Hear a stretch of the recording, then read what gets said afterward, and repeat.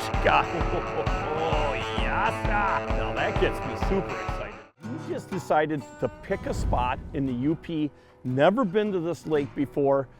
We've been down several roads. We took the wrong turn a bunch of times. Chris, what do we got going on here? We got a carry-in 14-foot boat, and that's what we're going to be doing today. Yeah, that's awesome. I don't know what we're going to catch, but it's going to be interesting. It's always nice to do something different, and today we are definitely on an adventure, and I hope you guys enjoy it. So hang on to your heinies. Yum. Nothing better. Let's go.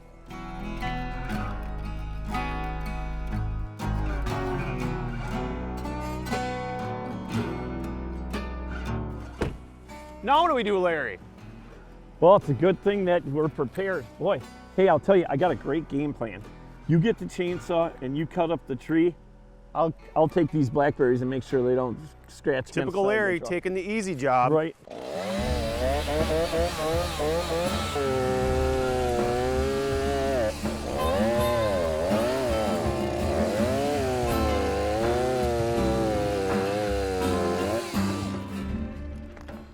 Told you it's going to be an adventure.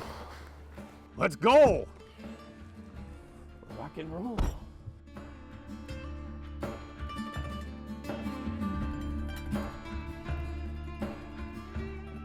All right, let's see what we got going here. Take a look at your lake. Got a little bit of a trail going down. This is our boat landing today, you guys. What a beautiful lake. Holy man. Let's get the boat and get her going. I'm excited about this.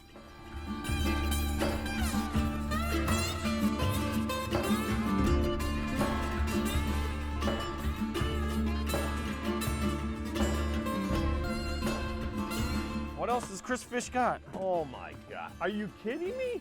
What? Look what I found laying on the side of the road. Holy Who moly. would throw this away? Wow. I'll take that. Woo! Whoa, Look at Fatty. big boy and boat. Fatty. Holy moly, I thought we were going down. Hey, gang.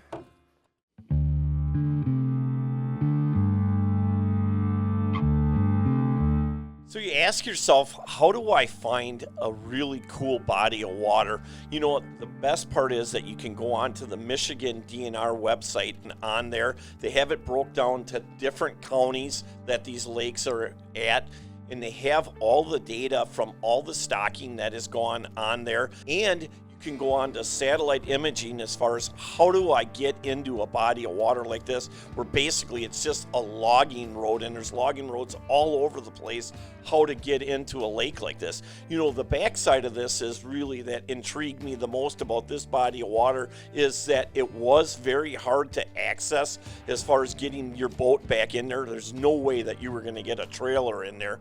The boat landing was absolutely tiny. The only way, you had to carry the boat down and you had to slide it into the lake. There's no way, again, you're going to get a big boat in here. When I look at that stuff like that, I think to myself, this has got the potential to be a great body of water and have high potential. We've done this many a times before where it hasn't turned out. So never be afraid to fail.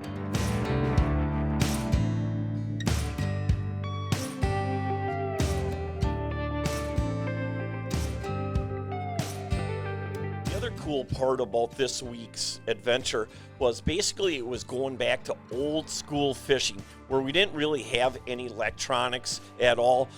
You're just basically relying on your senses and really just kind of breaking things down with what you had. And you know, when you think about going into a body of water, you can always catch fish on plastics. Plastics are definitely a go-to body. We had night crawlers with us and we had a few different live baits with us, but we tried them. They just did not work. Plastics were definitely key, and small crankbaits. When you start thinking about just the light amount of tackle that we brought into this lake, it definitely worked out well. Doubled up. Something small again. Lots of action. Doubled up. Small. Double bass. Wow. She's Fish infested sandwich. with bass. Fish Sandwich City. Come on, be something different. I'm gonna go out, keep us going out deeper until Yeah, we. let's go out deeper and find out. You know, Keep on pushing out deeper and see what we can figure out here. That's a bluegill. Oh, this is what I want. Sunfish. Look at the size of this one. There you go, just out a little deeper on the crappie scrub. Now that gets me super excited that there's a chance of catching, there's a chance of catching a bunch of these. Now I'm super excited. Look at the size of that one. Just tore up that. That is worthwhile. I don't know. Hopefully a nice gilly. It is. Nice gill?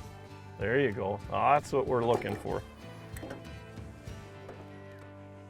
Beautiful looking gill. Yeah, nice. That's a pretty one. Woo! Nice. Nice gill, not a big gill. Good gill. Yeah. Just moved out a little bit deeper, about 8 foot. Whooshka! That's a nice gill. Just absolutely inhaled that scrub right there. I don't like that. You know, it is amazing all the places that we go that bluegills are such a dominant species in most bodies of water. And eating quality, obviously, most people know that a bluegill is probably one of the best eating fish there is. So we're pretty lucky, you know, when you think about Wisconsin, Michigan, Minnesota, the amount of bodies of water we have that have great fisheries. Oh, that's a nice gill. Oh, that's a big gill. Oh, that's a nice one. On the scrub again, huh? On the scrub. Scrubs are tearing it up. Tearing it up, Larry. That's a good gill. That's a nice fish right there. Nice job, buddy. Oh, that is a big boy. Oh, that is a nice gill. Now we're getting there. I mean, that's pushing, I don't even know, that's pushing 9 plus. That's a nice gill anywhere. One thing, my dad worked at a paper company for 44 years, and the guy never missed one day of work. But when he did have his time off, he loved the fish. And my dad was not the kind of guy that really liked crowds, or he just wasn't a people's person. But going on these adventures like this and getting into these secluded lakes like this was definitely a big thing for him. So it brought back a lot of cool memories as a kid. Perch. Oh, perchy. Perchy on the scrub. I'm going to undercut and get your perch. top bounce. Where is Oh, it? and I got him just like that. No, are you kidding me? No. Instant. What did I get rewarded with? Oh, there, Larry. I got your That was a bass. bass that you threw out there. Yeah, there you go. The old bass. Yeah, I got rid of him for you. I'm thinking Bluegill. gill. Bass. I'm thinking nice gill. Nice gill. Nice gill. A lot of pressure on this lake. Yeah.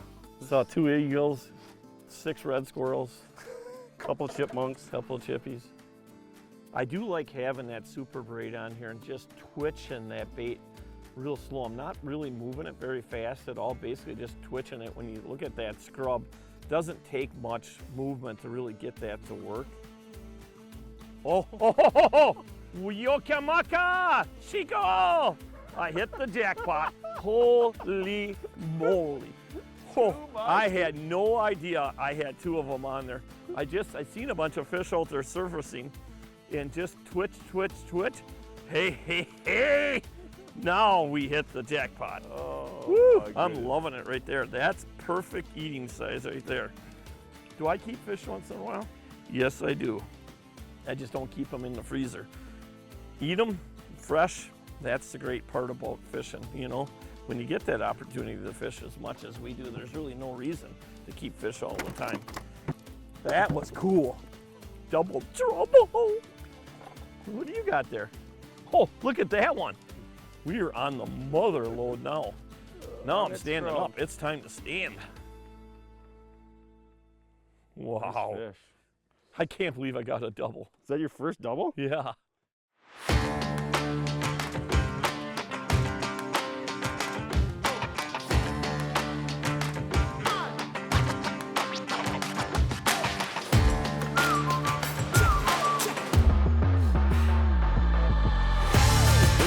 Oh, there we go. That's what we're looking for. Different. We got plenty of bluegills. now it's time. Ooh, that's a nice perch right there. Hey Chris, you fish a lot up in the UP. Why is it that so many of these lakes besides Gogebic, the perch are a real, more of a streamlined perch than Big Belly? Gogebic is definitely totally different, but that's 11-inch perch right there. And that's a perfect eater. Man, oh man. That's, yeah, beautiful fish. Unbelievable, you know. Hey, you keep finding these lakes, picking on a map like that, and we'll keep trying them, right? We'll keep weeding them out. This is a blast. This is a blast. Never been here before. We're not filming. I mean, like literally, there's times where Max has even been fishing now behind the camera, and literally we've got triples on all the time of bass, smallmouth, largemouth.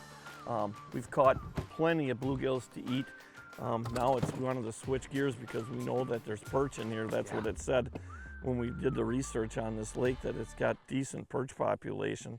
Wow, a bass! No way, not a bass. Yeah, bass. God, we gotta get close to measuring these 50 things. 50 to 60 bass already. Largemouth, smallmouth, along with a pile of bluegills. Few nice perch. Now that's what we're in search of, more perch. You know, obviously we could sit in here. We've already got about 3.5 hours and keep casting plastics, and it's been very, very effective. But now what we're gonna do is we're gonna go try something different. We're gonna try trolling small crankbaits and see if we can pick up on some perch or maybe get in on some little bit bigger bass, smallmouth, by trolling for them too. Again, mixing it up. We've really never fished this lake before, so it's interesting. Let's go see what we can find on the locator, see if there's any rock bars on here. Supposedly there's supposed to be one decent rock bar on here, but again, when you start looking at a body of water like this, it does have walleyes in it too. So let's see if we can maybe pick up a few walleyes. So switching gears. Hey, Larry. Walleye? Ooh, that's a nice perch.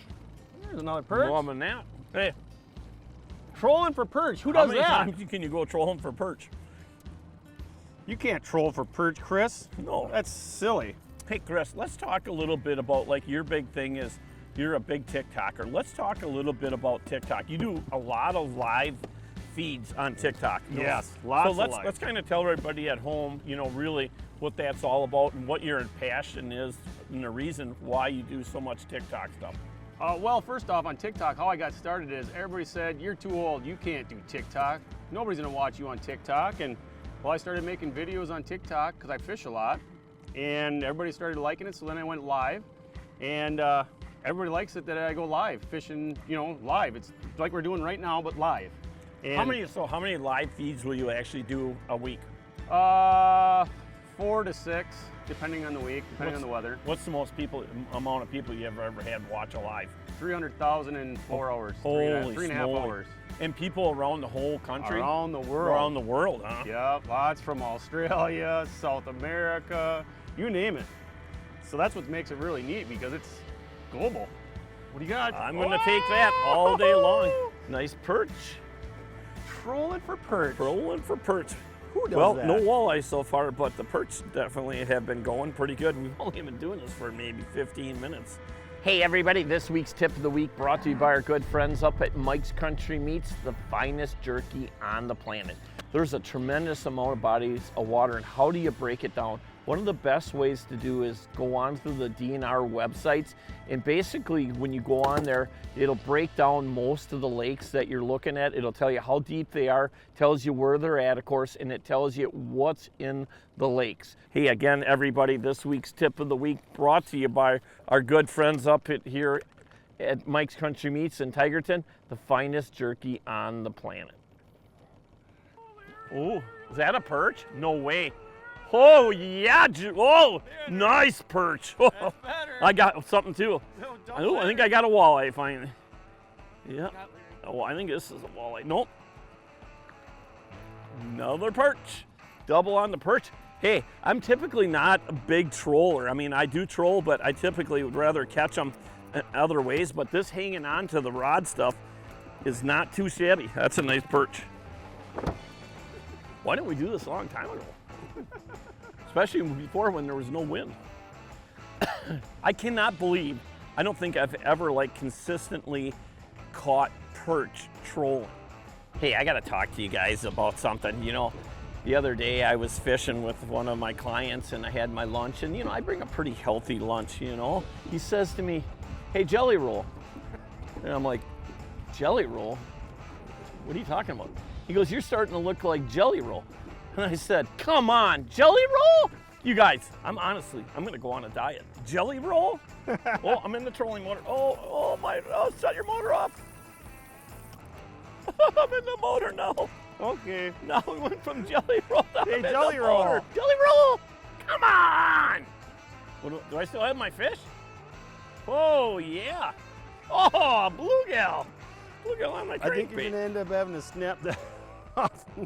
When you want to learn things, you definitely watch our show, because there's so many things that we do on this show that most other fishermen don't do. Like, we're one step ahead of everybody there. How many times would somebody run their line through the prop to stretch their line out? Hey, it takes all that memory out of there in a quick flash. So what we're doing, guys, is we're casting out the crankbaits and we're pumping it in. Watch how Larry's doing this, and them fish are all hitting on the paws. And who would have thought panfish on crankbaits trolling? Anytime you're flatline trolling, I think it's more productive always to hold on to that rod. And I would agree with what Chris said. It's all about pumping that rod, giving that bait that different action, and then giving it that pause. And like you said, everyone hits it on the pause. Just add another one. Versus if you were just throwing it in a rod holder or just sitting there in your hand and not moving it. Definitely, you want to catch more fish, pump that rod. What has he got this time? Big bluegill. Trolling for bluegills. I love this lake. Trolling. We're trying to catch walleyes, catching perch up the gazoo, catching bass, and now bluegills on crankbaits. That is definitely a first for me. Perch and bluegills consistently on crankbaits. Hey, you know what this reminds me of? It reminds me of my kids when they were younger, opening the refrigerator door. Now it's my turn.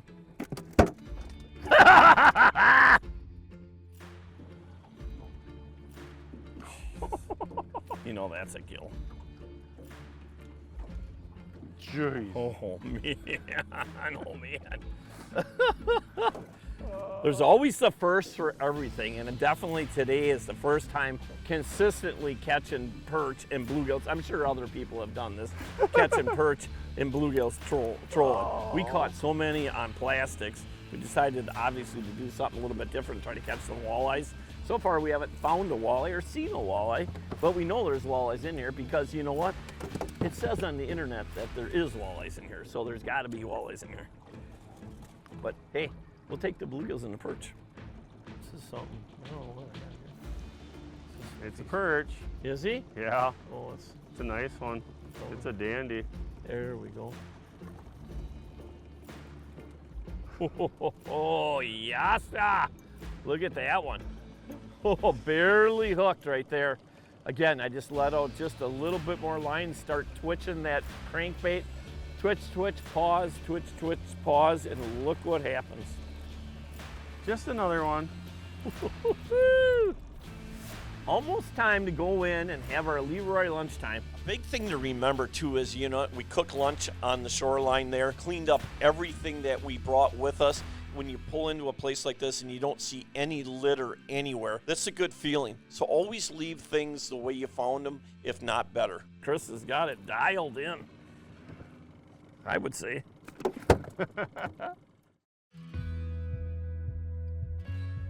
It's almost like the days when you had a Harley and you were waving to the guy on a bike. You see another warrior on the water, you just get a good feel. First class, all the way from the people that ride them to the people that make them. They do such a nice job with communication. They'll pick up the phone anytime. It's really almost a friendship. You could be in any state, and when somebody with a warrior drives by you, you get that honk, that beep. You're truly part of a family, and there's nothing like it. Introducing Forever Barnwood. Transform your space with the warmth and character of a genuine barnwood look. Forever Barnwood offers over 200 authentic barnwood products. We are commercial and food safe. Our products are available in unlimited quantities while still providing the consistency you need. to complete large projects. All of this while still looking like it came out of a 100-year-old barn. Forever Barnwood. Bring the history inside. Hey, this week's Marine Suds moment, we're going to be using our products, not on marine products, but we're going to be using it on our automotive. And here's our Suburban. Seats all messed up here, dirty. And I'll tell you, this instant detailer works out absolutely perfect to remove all stains, fingerprints, any kind of grime that's on the seats. Check this out. Bring her down. Look at that. Who is sitting on that seat? And it smells absolutely awesome. Look how that makes that seat look almost brand new again. Hey, you guys, make sure you go to marinesuds.com and check out all the great products they have. 'Tis the season. This is the Packer Brat, one of 60 different flavors of brats at Leroy's there. If you guys are interested in checking out some great products, make sure you check out our good friends over at Leroy Meats in Fox Lake and Horicon and soon Ripon. Hey, I'll tell you what, let's get these on the grill and let's get back out and do some fishing. Ho, ho, ho, ho. What a great way to end an incredible day. Hey, Chris, I appreciate everything. Hey, if you guys are looking for some tires, make sure you check out our good friends over at Badgerland Tires. They got 3 different locations. You guys looking for new or used tires, definitely check out Badgerland. Hey, everybody, like you do each and every week, we want to thank all of our military men and women for the great service they have given this country and continue to give this country, along with all of our firefighters and paramedics, and no doubt all of our law enforcement agents. Hey, it is a great day to be alive, everybody. And remember, the best part is we're going to see you guys and gals again next week, and thanks for joining us. One more time, Larry. One more time. I was wondering why you had that in the boat. Max, What do you ask? can you pull the boat up there so I don't have to get my shoes wet?